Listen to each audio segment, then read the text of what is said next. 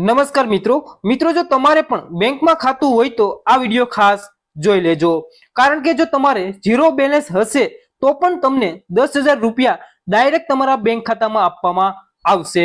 તો આ લાભ કેવી રીતે લેવો અને કોને મળશે તો તેની આપણે સંપૂર્ણ માહિતી આ વિડીયોમાં મેળવીશું। તો વિડીયોને અંત સુધી જોતા રહેજો અને જો ચેનલમાં નવા હોય તો ચેનલને સબસ્ક્રાઇબ કરી દેજો અને વિડીયોને એક લાઈક કરી દેજો। સૌપ્રથમ વાત કરીએ મિત્રો, જો તમારા ખાતાની અંદર બેલેન્સ નથી તો પણ તમને 10,000 રૂપિયા મળશે।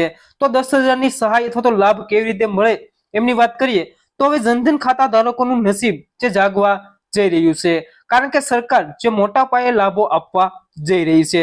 જો તમારું કોઈ પણ જનધન ખાતું છે તો સરકાર જે મોટા પાયે પૈસા આપવા જઈ રહી છે। જનધન ખાતા ધારકોને જે કેન્દ્ર સરકાર તરફથી 10,000 રૂપિયાનો લાભ મળશે।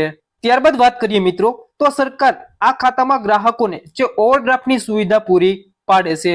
જો તમારા ખાતામાં કોઈ પણ જાતનું બેલેન્સ નહીં હોય તો પણ તમે 10,000 રૂપિયાની સીધી સહાય લઈ શકો છો। જે પહેલા 5,000 રૂપિયા હતી, પરંતુ હવે જે સરકાર દ્વારા વધારીને જેમાં 5,000 નો વધારો કરીને 10,000 રૂપિયા કરી દેવામાં આવ્યા છે। ત્યારબાદ વાત કરીએ મિત્રો, તો બેંક ખાતાની સાથે જ જે લોકોને નાણાકીય સવલતો જેવી કે ડેબિટ કાર્ડ, બેન્કિંગ સર્વિસ, થાપણ, નાણાંની લેવડ દેવડ, વીમો અને પેન્શન વગેરે સેવાઓ પૂરી પાડવામાં આવે છે। આ ઉપરાંત પ્રધાનમંત્રી જનધન યોજના જે રાષ્ટ્રીય નાણાકીય સમાવેશનું મિશન છે। પ્રધાનમંત્રી જનધન યોજના હેઠળ જે 10 વર્ષથી વધુ વયના વ્યક્તિ એ મફતમાં ખાતું ખોલાવી શકે છે। ઉપરાંત ખાતામાં કોઈ પણ લઘુત્તમ સંતુલન જાળવવાની પણ જરૂર નથી। તો મિત્રો 10 વર્ષથી વધુના વયના વ્યક્તિ આ ખાતું ખોલાવી શકે છે અને આમાં કોઈ પણ જાતનું જે મિનિમમ બેલેન્સ મર્યાદા પણ કોઈ પણ જાતની નથી, એટલે કે તમારે ઝીરો બેલેન્સની અંદર તમે આ ખાતું ખોલાવી શકો છો અને આની અંદર બેંક જેવી દરેક સુવિધાઓ આપવામાં આવે છે। હવે મિત્રો આ ખાતાના ફાયદાની વાત કરીએ તો જમા રાશિ ઉપર વ્યાજ આપવામાં આવશે। તો મિત્રો તમારા જે પૈસા જમા હશે તો એમના ઉપર વ્યાજ પણ તમને મળશે।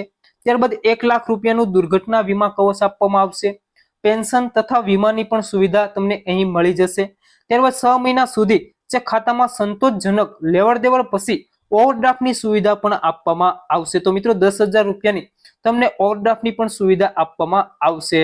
ત્યારબાદ 30,000 નું જે જીવન વીમા કવચ આપવામાં આવશે અને ભારતભરમાં સહેલાઈથી રકમ ટ્રાન્સફર થઈ શકશે। તો મિત્રો તમે ભારતની અંદર કોઈ પણ રાજ્ય અથવા તો કોઈ પણ જગ્યાએ પૈસા ટ્રાન્સફર કરી શકો છો।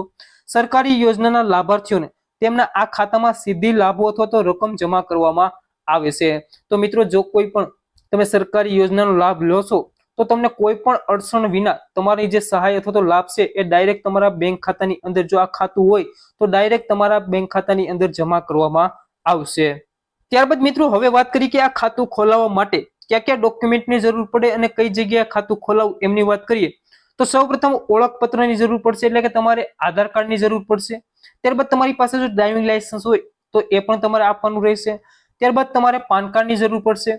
એક પાસપોર્ટ સાઇઝનો ફોટો જે તે અરજદાર હોય એમનો આપવાનો રહેશે અને જો નરેગા કાર્ડ હોય તો એ પણ તમારે આપવાનું રહેશે। હવે કઈ જગ્યાએ આ ખાતું ખોલી શકાય એમની વાત કરીએ તો રાષ્ટ્રીયકૃત અને જાહેર ક્ષેત્રની જે બેંકો હોય તો ત્યાં જઈને પણ તમે આ ખાતું ખોલાવી શકો છો, અથવા તો તમે સહકારી બેંકો શાખામાં આ ખાતું ખોલાવી શકો છો। અને મિત્રો તમે આ ખાતાની અંદર ઝીરો બેલેન્સની અંદર 10,000 રૂપિયાનો લાભ મેળવી શકો છો।